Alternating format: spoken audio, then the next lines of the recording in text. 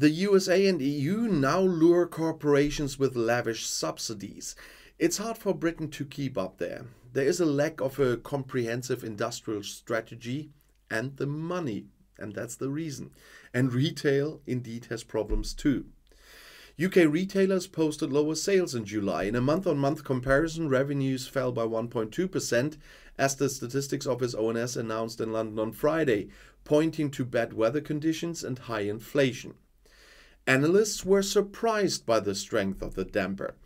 The decline was twice as strong as expected, and the British pound came under some pressure after the data again.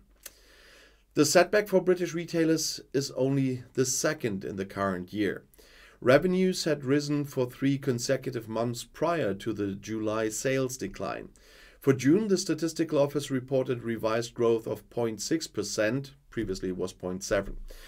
Excluding cars, sales also declined, and based on this definition, the Statistical Office reported a month-on-month drop of 1.4% for July. As the Statistical Office also reported, sales in the food trade fell at an above-average rate. In addition, sales of clothing have fallen with reference to the bad weather. In general, the high inflation slowed down the business of British retailers, it's said. The Indian industrial giant Tata wants to invest the equivalent of 4.6 billion euros in England to build a battery factory still. This was excellent news for Prime Minister Rishi Sunak 4 weeks ago. This is one of the largest investments in the automotive sector. Here we see the transformation to electric cars. Thousands of jobs are being created. That's what Sunak told Sky News at the time.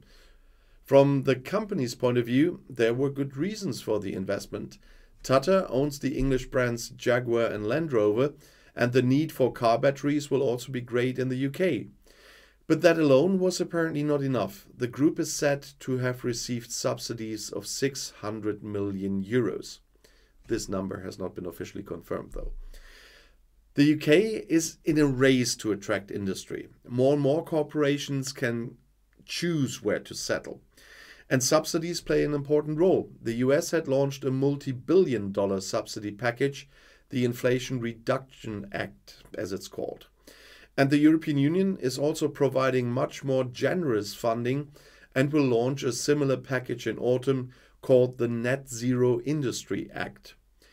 The Inflation Reduction Act was a game changer and changed everything. That was said by David Bailey, the professor of economics at the University of Birmingham. As an example, he cites the traditional car manufacturer Lotus, which belongs to the Chinese group Geely.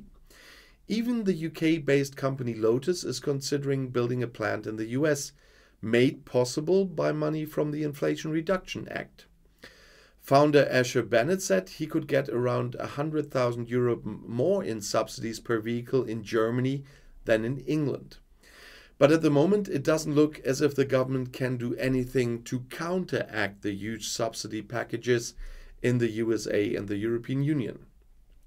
The government is very cautious about spending extra money. Finances are very tight. That was said by Jill Rutter of the Institute for Government think tank. The government does not want to unsettle the financial markets with further debt. The most important goal at the moment is inflation must fall, she said. 2024 is, there's elections in Great Britain, so short-term successes are significantly more important. In addition, the Conservative Party is divided on the fundamental question of whether subsidies are the right economic policy tool. There is a deep-seated ideological split within the government, says Bailey.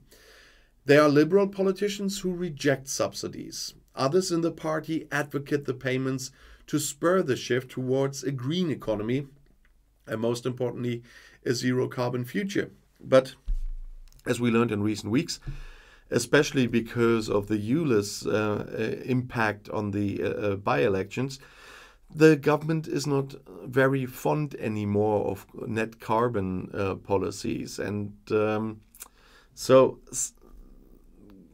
changing the ways with the oil licenses there and then bringing subsidies that have the reason net carbon It's like squaring a circle a bit, but we will see how they will deal with that. But if the UK were still a member of the EU, there would be no question about it here, because that is an EU program we're talking about that would apply to the UK as well if they still were a member. And if you want to know something more at the moment, the next video is right here in the end screen. I'll see you there. I'll be back.